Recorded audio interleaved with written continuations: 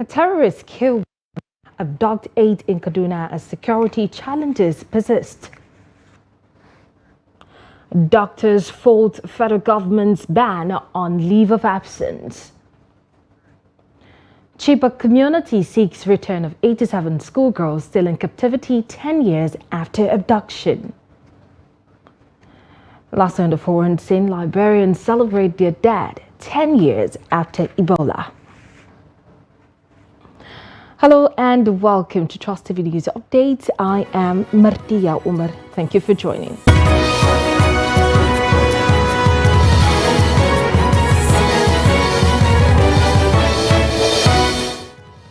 And now the news in detail. Terrorists on Tuesday night launched another attack on Benue Akwaku community in Kajuru local government area of Kaduna State, killing one Christopher Zamani, injuring another person and abducting 8 persons. A resident of the local government area, Dauda Manyu, who confirmed the incident, said the terrorists also stole money, 2 motorcycles, food items and other valuables. He said they invaded the village around 10 p.m. and the attack came barely 48 hours after 61 villagers were abducted in the Buddha community of the same Kajuru local government area of the state. Kajuru and Chukung local government areas have in recent times become the hotbed of kidnapping, causing tension in the state. 7 dead bodies of passengers, including women, a baby and a man, have been recovered in a forest located in Taraba State. The recovery followed an attack on an 18-seater bus that loaded passengers from Zaki Biam, Benue State to Maihula in a Bali local government area of Taraba State on Tuesday. The gunmen, suspected to be bandits, attacked the bus at Gamkwe village located along Marabang Base axis in Donga local government area of the state, while en route Maihula. The driver of the bus, Jivan Agera, who escaped the attack with machete injuries, revealed that the armed men were in large numbers with guns, machetes and other light arms. According to him, he fled and left the passengers with the armed men to escape. And 9 suspected fake soldiers have been paraded by the 81 Division of the Nigerian Army. They were arrested at various places in Lagos and environs, putting on military camouflage. Parading the suspect at the 81 Division headquarters, spokesman of the division, Lieutenant Colonel Olalekan Ayeni, said the general officer commanding 81 Division has resolved to flush out all elements given Army bad names in and around of the area. And reports say that one of the suspects, Miss Vivian Titus, is said to have been paraded up to 7 times for the same offense. Some of the fake soldiers narrated their level of involvement in the allegations leveled against them. Okay, you were escorting a vehicle. But why did you decide in the first place and then you want to wear the uniform? Okay, you were dismissed. And you still love the job. Yes. Why don't you go through the proper channel to come back? Still processing it. Okay, they're still processing it. So do you feel any remorse of what you did? I feel very bad. The Nigerian Association of Resident Doctors and the Joint Health Sector Unions have faulted the federal government's ban on the issuance of leave of absence to health professionals going abroad. NAD and Johesu said that the federal government should rather address the full factors making health workers migrate abroad in search of greener pastures, a trend popularly called Jakba. The president of NAD, Dele Abdullahi, and the national chairman of Johesu, Kabiru Minjibir, said that the directive by the government was a knee-jerk and fire brigade approach to addressing brain drain in the country. The Minister of State for Health, Dr. Tunji Alausa, had last Saturday revealed that the government directed that health workers going abroad to seek greener pastures must henceforth resign the appointment before embarking on such journeys. Alausa said the era of health workers moving to other countries in search of better offers after applying for a leave of absence is no longer acceptable. The Nigerian Labour Congress on Wednesday expressed anger over the failure of about 90% of states, that is over 30 states, in paying wage award as agreed by the federal government and the organized labor. The NLC said this as pensioners who retired from the Federal Civil Service threatened to embark on a nationwide strike following the failure of the government to pay their wage award. Labour leaders in Sokoto, Kano, Benue and Bayelsa states say their state governments have not paid their wage award, while Gombe, Ogun and Osun were paying 15,000 naira or 10,000 naira. The NLC Assistant General Secretary, NLC, Chris Onyeka, said state governors jettisoned negotiations and they unilaterally gave workers 10,000 naira without any negotiations.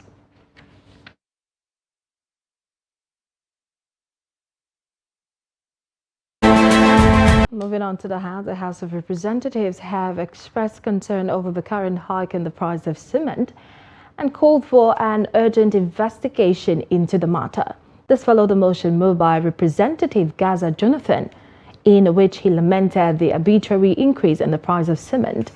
For details of this and other issues raised at the House during Wednesday's plenary, here's our reporter covering the House. Raising his motion, the lawmaker who represents Karu Kefi, Kokona Federal Constituency of Nasarawa State, noted that manufacturers of cement in the country are inflicting hardships on Nigerians, adding that urgent action must be taken to address the situation. The manufacturers of cement have capitalized on exchange volatility to arbitrarily increase the price of the product, whose cost of production has not changed significantly since last year. A heated debate on the motion followed, with lawmakers expressing divergent views on the current economic hardship across the country. Cement is smuggled to Cameroon through Chad, Niger Republic. Mr. Speaker, go to Madagali in Adamawa State. You will see how these cements are produced for the purpose of sustaining Nigerian economy. The price of cement is astronomical. It could be due to factors of production. We don't know. I do not think those guys, it's two ways. Either they are an oligopoly that want to exploit people, or that their hands are tied. The issue of cement is that of monopoly. The two biggest manufacturers are holding Nigerians to ransom. They bought government companies from Sokoto Cement to Benue Cement, are all government properties. In another development, a bill seeking the establishment of the National Institute for Construction, Technology and Management, Itele, Ogun State, has passed a second reading in the House of Representatives. The lawmakers on Wednesday debated the general principles of the bill and passed it for second reading. The bill, sponsored by Folorunsho Asegbeson, proposes to establish the National Institute to provide technical know-how in the field of construction, engineering and management and other to boost the level of technological manpower in the country. This bill is born out of a desire to situate a National Institute of Construction Technology and Management in Ogun State, to provide for courses and provide full-time courses of instruction and training in construction technology, engineering technology, applied sciences, management sciences, and other fields of study for the rest of Ogun State and for Nigeria in general. Also, the House of Representatives has urged the federal government to expedite the completion of the investigation of the suspended Minister of Humanitarian Affairs and Poverty Alleviation. The House also called for the deployment of a 7-minister of state to oversee relevant approvals and implementation of the National Social Investment Program in order to minimize the adverse implication of increasing hunger and sufferings experienced by vulnerable Nigerians relying on the program. The House of Representatives urged the federal government to place on hold the alleged idea of a new steering committee board under the supervision of the Ministry of Finance to oversee the social investment programs, since such idea contravenes the extant law which positions the implementing agency and program under the purview of the Ministry of Humanitarian Affairs and Poverty Alleviation. The resolution was passed equal to the adoption of a motion of urgent public importance sponsored by Billy Osawaru, who expressed concern that halting the implementation of the program, particularly during this period of increasing hardship, has implications of heightening the challenges of the vulnerable population. The House also aware that as a result of the above, the implementation of all forms of government intervention, such as the Empower Program, Conditional Cash Transfer Program, Government Enterprise and Empowerment Program, and Homegrown School Feeding Program that are expected to ameliorate the suffering of people were placed on hold. Adudu was suspended by President Bola Tinubu over alleged misappropriation of funds from the National Social Investment Program. And away from the House of Representatives, nearly a decade after the abduction of 276 female students at government secondary school in Chibok, a local government area in Benue State, families of the remaining 87 captives have remained hopeful that they will regain freedom and return to the community. This was disclosed by a spokesperson of the affected community, Alan Manasseh, while paying tribute during the 70th birthday of Pastor Chinedu Ezekwisili.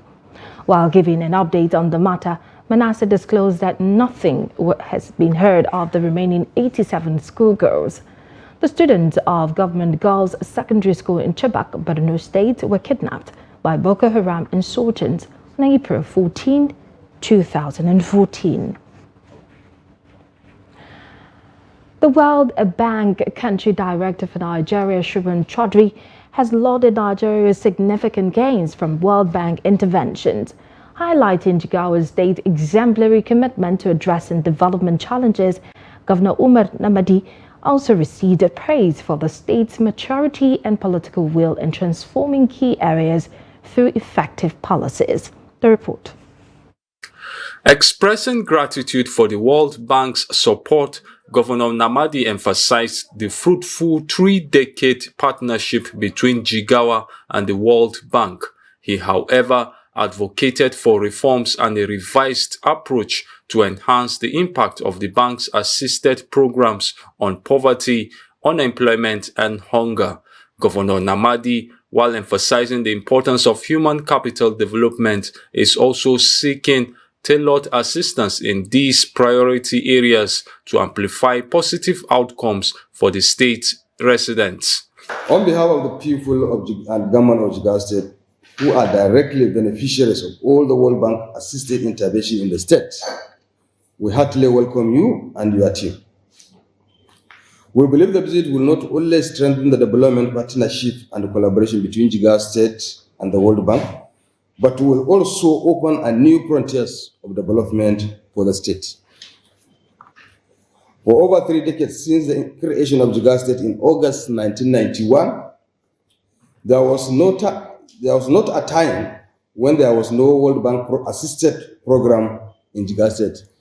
The World Bank Country Director Shubham Chaudhry assured the governor of the World Bank's continued collaboration, acknowledging the state's focus on education, agriculture, empowerment, and health. I think that's the most fundamental mission of the World Bank, to help our member countries make progress on this very simple yet often very challenging mission, eliminating extreme poverty and making lives better for everyone. Now, in the case of Nigeria, which is now our largest program of the World Bank anywhere, we've been providing about $3 billion in concessional financing for Nigeria over each of the last 4 years. And much of that financing flows down to the states. The World Bank team engaged with heads of MDAs to assess ongoing programs aiming to refine strategies and ensure optimal results. The collaborative effort underscores a commitment to fostering sustainable development, eradicating poverty, and improving the overall well-being of Jigawa State's populace. You're still watching the news updates. Coming up shortly, we'll take a look at Makute residents wanting government to address farmers' herders conflict. Details of that story and more. Do stay with us. You're welcome back to the news update. If you're just joining, let's take a look at the major headlines again. We told you earlier that terrorists killed one and docked 8 in Kaduna as security challenges persist. And the doctors fought federal government's ban on leave of absence. Moving on, Oyo State government on Wednesday demolished scores of structures in Ibadan, the state's capital. The demolition, which began at Fashade community on Tuesday along Circular Road, will affect about 12 villages in the Ona-Ara local government area of the state. The affected communities are Fashade, Abaosho, Igbalefa, Adigbe, Badeku, Akamo, Alashe, Ojoku, Dare, Isase, Olakemeji, as well as Ogido, all within the local government area. A community leader in one of the affected areas, Abdul Fattah Mobikov, said about 500 houses have been demolished. Now to Benue State, where period preceding the rainy season sees farmers preparing the land for cultivation. Recall that many farmers have been displaced from their ancestral farmlands by herdsmen and militant groups in recent times. With others still grazing freely on the land, Benue farmers feel Governor Hyacinth Alia is not doing enough to secure their farmlands. Jimmy Azande has more in this report. There is an atmosphere of fear following the surge of attacks on farming communities by suspected herders in Benue State. Some residents of the state say Governor Hyacinth Alia has so far not demonstrated the political will to solve the farmer herders crisis, which is a major concern for Benue farmers. There are two major aspects. The aspect of governance and the aspect of politics. So whoever emerges a leader must try to balance between the political interplays and then the governance of the state. And you are aware that what benefits the masses is governance, not the political aspect of it. So the problem now is that, in trying to balance up the governor of the state, for instance, will have to try to bridge the gap between governance and politics.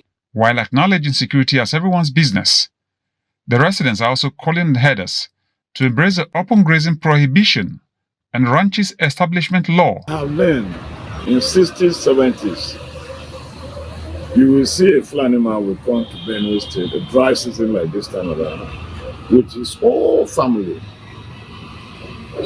But this time around, the one that came in, they are below 30 years, and nobody is having a wife. And they will come in the midnight, 2 a.m., 3 a.m. So that is suspicious, very suspicious. Some of our key persons who are religious leaders don't want to talk about for reasons that we may understand. Our political leaders are also resistant talking about climate change because they seem to fear that if they emphasize the impact of climate change, there are traditional arguments against or in favor of the farmer herder issues may have to be modified, and they are not happy with the modifications. While a few peasant farmers are clearing their lands close to urban or semi-urban settlements, the majority of the farmers cannot access their farmlands for fear of being attacked.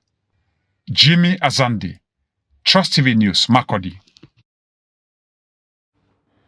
Away from Nigeria now, Liberian citizens on Wednesday observed the 10th anniversary of the Ebola epidemic that ravaged the country. On the second Wednesday of March each year, the country observes National Decoration Day, a time where Liberians gather at various cemeteries to commemorate their departed relatives. This year's observance brought relatives to Disco Hill's safe burial site in Magebe County to mourn the victims of Ebola. The healthcare coordinator at the National Public Health Institute of Liberia, Jefferson Dallo, said about 4,500 bodies of victims and the ashes of those who were cremated were placed at the site. According to Centers for Disease Control, a total of 4,810 persons died in Liberia when the virus hit the West African country.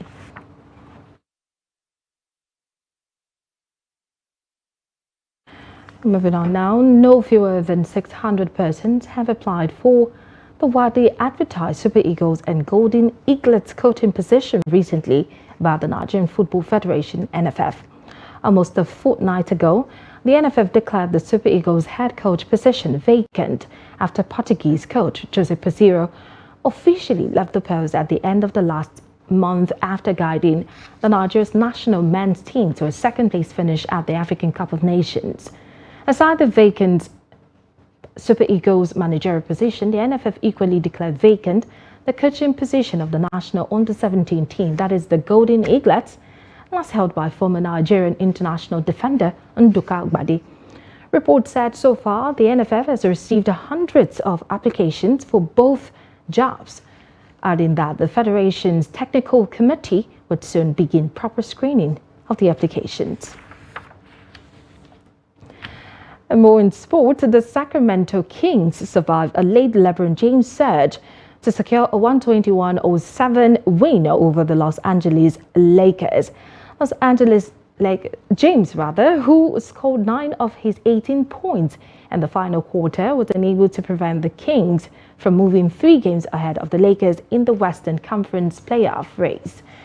The Domantas Sabonis start for the Kings with 17 points, 19 rebounds and 10 assists for a league-high 23rd triple-double of the season, while Harrison Barnes scored for his side with 23 points. And that brings us to the end of the news at this hour. For more news, documentaries and programming, do not forget to follow us on all our social media platforms and our YouTube live stream. On behalf of the news crew, thank you for watching. My name is Martia Umar.